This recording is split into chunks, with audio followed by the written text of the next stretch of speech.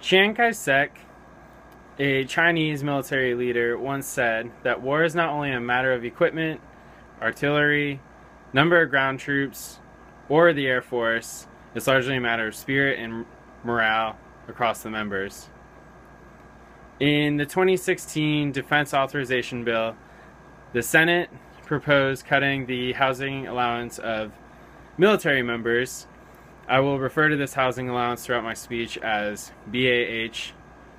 This is an important issue for both military members and civilians alike because it can cause financial problems and severely hurt morale, both at home station and in deployed environments for our military members. And ensuring that our military members do their job correctly and stay safe, it can also affect civilians. My name is Joshua Desmarais. I've been in the Air Force for 7.5 years as a C-130 loadmaster. I've done 4 deployments. 2 of these deployments have been to Iraq, 1 has been to Afghanistan, and 1 has been to Africa. Over the next several minutes, I'll be discussing what the old policy was for BAH and what the new policy is looking like it will be. I will also discuss the possible negative effects that can happen with this new proposed policy for BAH, such as loss of morale, and how that loss of morale can actually affect the mission, affect the equipment we deal with, and affect lives. And finally, I will discuss some testimonials from military members and military leaders such as the Secretary of the Air Force and what their thoughts are on the proposed change. So, the first topic I'll cover is what the old policy is and what the new policy might be if it passes. According to Stripes.com, under current law, a dual service couple with no children assigned to the same locale can each draw BAH at a lower without dependents rate. If the couple have a child or several children, the higher ranking member will draw BAH at a higher with dependents rate, while the other member continues drawing that reduced without dependents rate. And I know that sounds a little confusing. So in simplified terms, let's say that I'm single and I'm collecting BAH to live off of a military installation. The military, for example, will say the military gives me $1,000 to buy an apartment off base. If I was married to another service member, me and my spouse would both receive $750, which would be reduced from that $1,000 I would be receiving if I was single. If my wife and I had kids, and I was a higher ranking member, I would receive a higher rate at, we'll say, $1,200, while my spouse would continue receiving a reduced rate of approximately $1,000. So now that I've talked to you about the old policy, let's talk about the new policy. Under the new policy, if passed, only the senior ranking member would be able to draw BAH at a standard rate that a single member would, and the lower ranking member would be completely ineligible to receive BAH. This new policy will also have a bunch of catch-alls to prevent military members from trying to gain the system. One of the aspects they looked at was two married military members choose to live in 2 separate apartments so they can continue receiving BAH. Under the new system, these catch-alls prevent that by putting a perimeter around the base saying if you live so far away from each other or within a certain amount of miles, then the new policy will still apply to you. Obviously, if both members were stationed in different areas of the world, they would both continue receiving their own separate BAH. So now that we've discussed the old policy and the new proposed policy, let's take a look at the effects this policy could have on military members' lives and what that change could mean for those who aren't married to military members. So one of the big topics, or one of the big outcomes of this bill, could be a loss of morale for military members, and our military members focusing on financial problems when their head needs to be in the game, and they need to be focusing on the mission and the people's lives and equipment they deal with on those missions.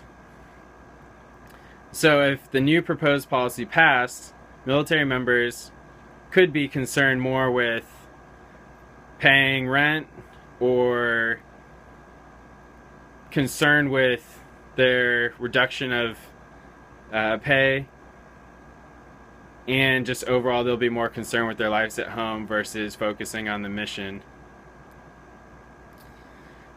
Since military members work with expensive equipment such as airplanes in the Air Force,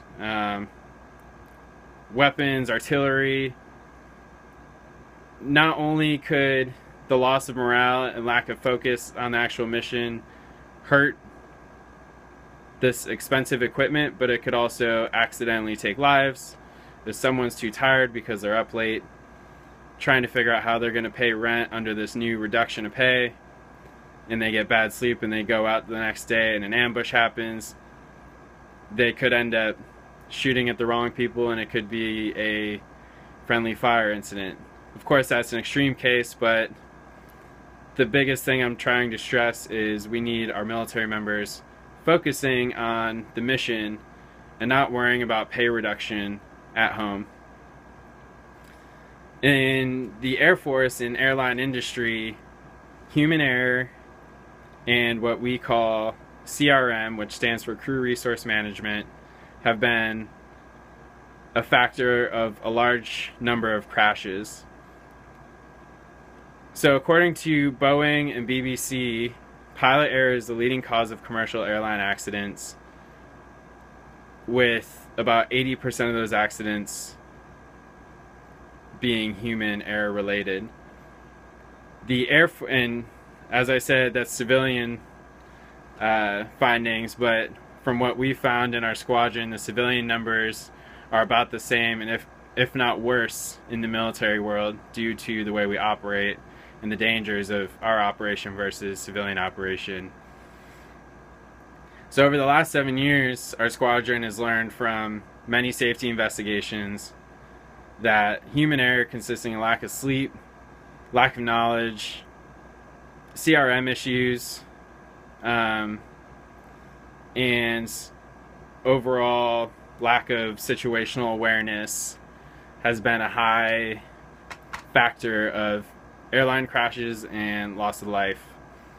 If these members who are involved in these crashes were more focused on the mission, getting a good night's rest and not worrying about things that were going on at home, and they were able to completely focus on the job, maybe some of these crashes could have been prevented, or they could have had completely different outcomes.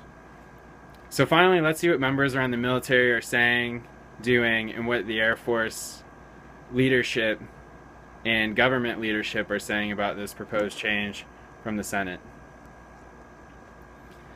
So military members started a petition, an online petition, and according to Military Times, this petition was created on May 29th and has already garnered 40,000 signatures to not allow the change to happen. They need to meet 100,000 signatures for the White House to address the change and make a formal statement on the BAH change. Now, this 40,000 doesn't sound like a lot, but the number of married military members who are married to other military members, that number is about 40,000 people. So you can see within a week of starting the petition, they've already met the number of military members who this will directly affect. That's not including every member that this could adversely affect, such as the people who work with dual-to-dual military couples. The Air Force Secretary, Deborah Lee James, also had a comment about the proposed change.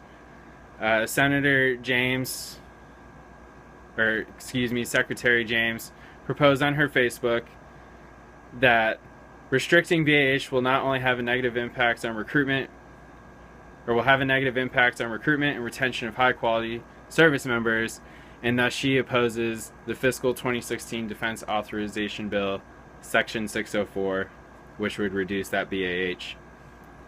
The White House also made a statement, despite the signature not reaching 100,000, or the petition not reaching 100,000 signatures yet.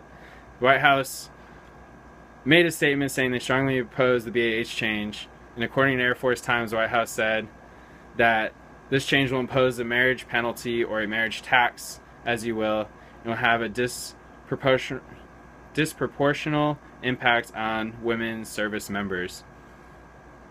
So now that we've discussed common topics and problems with the new proposed plan, let's review what I've covered. So to summarize, the proposal plan will change the current policy of both members receiving a reduced BAH rate to only the senior ranking member receiving a single BAH rate. Now this change could affect morale. It could possibly endanger those who it directly affects, and it could endanger those who it adversely affects, such as those who work with these dual-to-dual military couples. And we've also covered the White House, the Secretary, and the online petition that military members have written up to go against this new proposed policy. So to end, I'll say there are approximately 40,000 military members who this will directly affect, but there are approximately 1,300,000 members in the military who would be adversely affected by their wingman, too focused on their problems at home and worrying about their finances and worrying about this change versus focusing on the mission. Thank you.